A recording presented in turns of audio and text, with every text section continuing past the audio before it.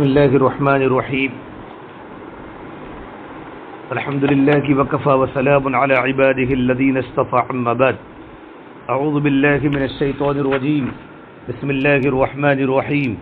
وعهدنا إلى إبراهيم وإسماعيل أن طهرا بيتي للطائفين والعاكفين والركع السجود وقال النبي صلى الله تبارك وتعالى عليه وسلم في المعتكف ويعتكف الذنوب ويجزى له من الحسنات كعامل الحسنات كلها رواه المشكات وقال النبي صلى الله عليه وسلم من اعتكف يوما ابتغاء وجه الله جعل الله بينه وبين النار ثلاث خنادق ابعد ما بين الخافقين. میرے محترم بھائی دوستو بزرگو، اللہ کا بہت بڑا کرم اور احسان ہے کہ اللہ تعالیٰ نے ہمیں اعتکاف میں بیٹھنے کی توفیق عطا فرمائی. بہت بڑی خوشی کی بات ہے کہ اعتکاف کرنا رمضان المبارک کے متبرک و مسعود کی قدر اعتکاف کے بغیر کامل طور پر نہیں ہو سکتی. آدمی کتنا بھی شوقین ہو، اسی کام میں مستقل مشغول رہنے کے باعث طبیعت میں فطری اکتاہٹ پیدا ہو ہی جاتی ہے اور عبادت کا تسلسل موقوف ہو جاتا ہے. لیکن اعتکاف ایک ایسی اہم ترین عبادت ہے، معتکف اگر مسجد میں خالی بھی بیٹھا رہے پھر بھی عبادت گزاروں میں شمار ہوتا ہے اور معتکف کا کوئی لمحہ ضائع نہیں ہوتا اور مسجد میں بیٹھے بیٹھے اسے بے شمار اعمال صالحہ کا ثواب ملتا رہتا ہے. چنانچہ حضرت عبد المعبد رضی اللہ تعالی عنہ، یہ وہ صحابی ہے جن کی قبر طائف میں ہے، آپ صلی اللہ تبارک و تعالیٰ علیہ وسلم کے کزن ہے. یہ جو لوگ حج میں جاتے ہیں، عمرہ میں جاتے ہیں، طائف کی زیارت کرتے ہیں، اس مسجد میں جا کر وہ نماز بھی پڑھتے ہیں، مسجد عبداللہ بن عباس، اور نماز کے پڑھنے کے بعد حضرت عبداللہ بن عباس کی قبر پر جا کر فاتحہ بھی پڑھتے ہیں. بہت بڑے صحابی ہیں. اللہ کے نبی صلی اللہ تبارک و تعالیٰ علیہ وسلم کا ارشاد نقل کرتے ہیں کہ معتکف گناہوں سے محفوظ رہتا ہے. دیکھو سنو، جتنے بھی اعتکاف میں بیٹھے ہیں سارے کے سارے گناہوں سے محفوظ رہتے ہیں اور اسے ان تمام نیکیوں کا جن کے وہ اعتکاف کے سبب انجام نہیں دے سکتا اتنا ہی بدلہ عطا کیا جاتا ہے جتنا نیکیاں کرنے والے کو ملتا ہے. تو آپ حضرات کو معلوم ہے جو کوئی انسان جب بیمار ہوتا ہے تو بیمار کی عیادت کرنے کا کتنا بڑا ثواب ہے. ہمارے رشتہ دار بیمار ہو جاوے، ہمارے گھر میں، ہمارے محلے میں، حدیث پاک میں ہے، فرما اللہ کے نبی صلی اللہ تبارک و تعالیٰ علیہ وسلم نے، جو انسان صبح میں کسی بیمار کی عیادت کرتا ہے 70,000 فرشتے اس کے لیے مغفرت کی دعا کرتے ہیں. شام کو کرتا ہے 70,000 فرشتے اس کے لیے مغفرت کی دعا کرتے ہیں. اب آپ لوگ اعتکاف میں ہیں، اب اپنے گھر میں کوئی بیمار ہے، رشتہ دار میں کوئی بیمار ہے، تو آپ کو یہاں بیٹھے بیٹھے وہ تمام کا تمام ثواب ملے گا. علماء نے لکھا ہے انہی کو اجر ملے گا جو اس عمل کا ہمیشہ عادی ہو، گھر پر رہ کر اس عمل کرنے کا عادی ہو. اس طرح ہمارے گھر میں کسی کا انتقال ہو جاوے، ہمارے محلے میں کسی کا انتقال ہو جاوے تو جنازے کی نماز پڑھنے کا کتنا بڑا اجر ہے. اب اعتکاف میں ہے، اب جنازے کی نماز پڑھنے جائیں گے آپ کا اعتکاف ٹوٹے گا، تو آپ کو یہاں بیٹھے بیٹھے آپ کو جنازے کی نماز پڑھنے کا اجر ملے گا. یہ مطلب ہے یجزا لہ من الحسنات کعامل الحسنات کلھا. ایک دوسری روایت میں اللہ کے نبی صلی اللہ تبارک و تعالیٰ علیہ وسلم کا ارشاد نقل کیا گیا ہے، جو آدمی اللہ تبارک و تعالیٰ کی خوشنودی کی تلاش میں ایک دن کا اعتکاف کرتا ہے، اللہ اس کے اور جہنم کے درمیان 3 ایسی بڑی خندقیں حائل فرماتے ہیں جو دنیا جہاں سے زیادہ چوڑی اور وسیع ہے. بھائی رمضان کے آخری عشرے کے اعتکاف کے سلسلے میں روایت شاہد ہے کہ اللہ کے نبی صلی اللہ تبارک و تعالیٰ علیہ وسلم نے حکم ملنے پر مدینہ منورہ میں کبھی اس کو ناغا نہیں فرمایا. اور ایک روایت میں ہے جس آدمی نے رمضان المبارک کے 10 دنوں کا اعتکاف کیا اس کو 2 حج 2 عمرے کا ثواب عطا کیا جائے گا. دیکھیے کتنی معمولی قربانی پر اللہ تبارک و تعالیٰ کی طرف سے کس قدر عظیم نعمتوں کا وعدہ کیا جا رہا ہے. آج کسی آدمی کو اگر کسی لیڈر اور حکمراں کی کوٹھی پر چند دن رہنے کی اجازت مل جاوے تو اسے بہت ہی فخر کی چیز سمجھتا ہے اور جگہ جگہ پر اس کو عظیم ہمت افزائی جان کر اتراتا پھرتا ہے. تو اگر دنیا کے ان حکام کے دربار کی حاضری اور وہاں قیام موجب عزت ہے تو کیا مالک الملک پروردگار عالم کے در پر جا کے پڑے رہنا باعث عزت اور قابل فخر نہیں؟ بالکل ہے. پھر یہ بھی دیکھیں کہ چند دن ماحول میں رہ کر ہماری طبیعت میں کتنی بشاشت اور روحانی فرحت پیدا ہوتی ہے اور کس طرح ایمان کی زیادتی محسوس طور پر معلوم ہوتی ہے. حقیقت یہ ہے اعتکاف سے ماہ مبارک کا لطف دوبالا ہو جاتا ہے میرے بھائیوں، اور اس کے ذریعے شب قدر میں عبادت کی سعادت یقینی طور پر حاصل ہو جاتی ہے. ان تمام کے فوائد کے باوجود غور کرنے کی بات یہ ہے آج ہمارا معاشرہ اس عبادت سے محروم ہوتا جا رہا ہے. رمضان مبارک میں جماعت کی نمازوں اور تراویح وغیرہ کا تو ماشاءاللہ کچھ اہتمام ہو بھی جاتا ہے، لیکن سنت اعتکاف کی ادائیگی کی طرف رجحان بہت کم دکھائی دیتا ہے، اور اس کی وجہ سے اس کے سوا کچھ نہیں کہ ہم عید کی تیاریوں میں اتنا وقت لگانا چاہتے ہیں کہ کوئی ارمان باقی نہ رہ جاوے، اور یہ سمجھتے ہیں اعتکاف کی وجہ سے سارے ارمان پورے نہ ہو سکیں گے۔ اب بزنس مین لوگ، تجارت پیشہ لوگ تو اعتکاف کا خیال بھی دل میں نہیں لاتے، اس لیے کہ یہی ان کی سال بھر کی کمائی کا وقت ہے،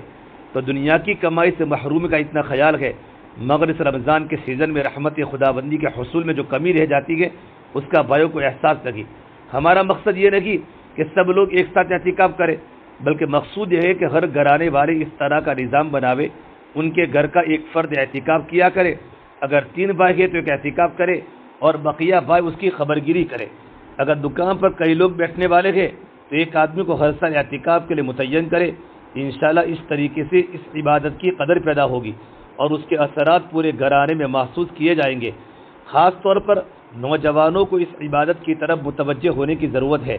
اعتکاف ان کے لیے ماہ مبارک میں بے شمار گناہوں سے محفوظ رہنے کا ذریعہ بنے گا اور ان کو دینی تربیت کا موقع میسر آئے گا۔ عشرۂ اخیرہ سے پہلے جس طرح اللہ کے راستے میں نکلنے کی 3 دن کی تشکیلیں ہوتی ہیں،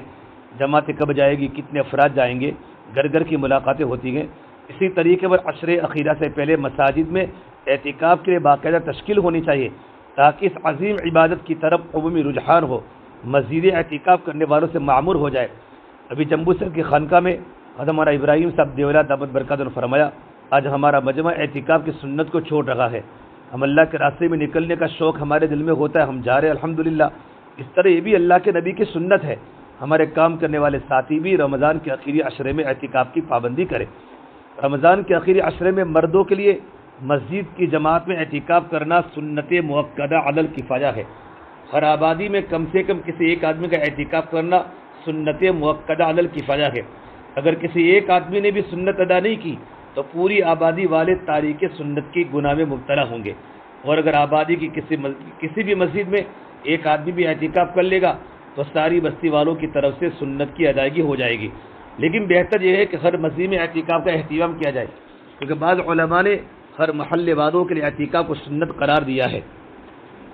میں نے جو کلام پاک کی آیت پڑھی تھی، اس میں اللہ تعالیٰ نے تاکید فرمائی، ابراہیم اور اسماعیل کو تاکید کی تھی علیہ السلام کو کہ تم دونوں میرے گھر کو ان لوگوں کے لیے پاک کرو جو یہاں طواف کرے اور اعتکاف میں بیٹھے اور رکوع و سجدہ بجا لاوے۔ یہ آیت کریمہ سے چند باتیں معلوم ہوئی۔ ایک بات، جس طرح بیت اللہ کا تمام ظاہری اور باطنی نجاست سے پاک رکھنا ضروری ہے، اسی طرح تمام مساجد کو بھی پاک رکھنا واجب ہے، لہذا اعتکاف کرنے والے خاص طور پر مسجد میں داخل ہونے والوں پر لازم ہے اپنے بدن اور کپڑوں کو بھی نجاست اور بدبو کی چیزوں سے پاک صاف رکھے، اور اپنے دلوں کو شرک و نفاق، تمام اخلاق رذیلہ، حسد ہے، تکبر ہے، بغض ہے، حرص ہے، ریا وغیرہ کی نجاست سے پاک کر کے داخل ہو۔ دوسری بات ہے کہ یہ بینائے بیت اللہ کا مقصد، یعنی اللہ کے گھر کے بنانے کا مقصد طواف ہے، اعتکاف ہے اور نماز ہے۔ رسول اکرم صلی اللہ تبارک و تعالیٰ علیہ وسلم رمضان کا آخری عشرے کا اعتکاف فرمایا کرتے تھے، پھر ایک سال آپ سفر میں تھے جس کی بنیاد سے اعتکاف نہیں فرما سکے، پھر جب اگلا سال آیا تو آپ نے 20 دنوں کا اعتکاف فرمایا۔ یہ روایت مسند احمد میں بھی ہے اور ابن ماجہ میں بھی ہے۔ احکام و مسائل، مرد کے لیے اعتکاف کے سلسلے میں سب سے افضل جگہ مسجد حرام ہے،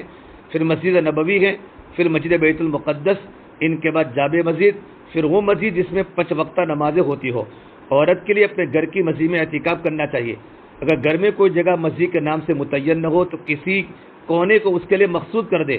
عورتوں کے لیے اعتکاف بنسبت مردوں کے زیادہ آسان ہے کہ گھر میں بیٹھے بیٹھے کام کاج بھی گھر کی بچیوں وغیرہ سے لیتی رہے اور متقا ثواب بھی حاصل کرتے رہے، مگر اس کے باوجود بہت سی عورتیں اس سنت سے گویا بالکل ہی محروم رہتی ہے۔ اس سے میرے بھائیو، اعتکاف کا بہت زیادہ ثواب ہے اور اس کی فضیلت اس سے زیادہ اور کیا ہو سکتی ہے کہ اللہ کے نبی صلی اللہ تبارک و تعالیٰ علیہ وسلم اس کا اہتمام فرمایا کرتے تھے۔ معتکف کی مثال تو اس آدمی کی طرح ہے کہ وہ کسی کے در پر جا پڑے، جب تک میری درخواست قبول نہ ہو تب تک اس در سے ہٹنے والا نہیں ہو۔ اللہ تبارک و تعالیٰ کی ذات کریمی بخشش کے لیے بہانہ ڈھونڈتی ہے، بلکہ بے بہانہ کی مرحمت فرماتی رہتی ہے۔ اس سے جب کوئی آدمی اللہ کے گھر میں اس کے دروازے پر دنیا سے منقطع ہو کر جا پڑے تو پھر اس آدمی کے نوازے جانے میں کیا تأمل ہو سکتا ہے، اور اللہ تعالیٰ جس کا اعزاز و اکرام فرما دے تو اس ذات کے بھرپور خزانوں کا بیان کون کر سکتا ہے۔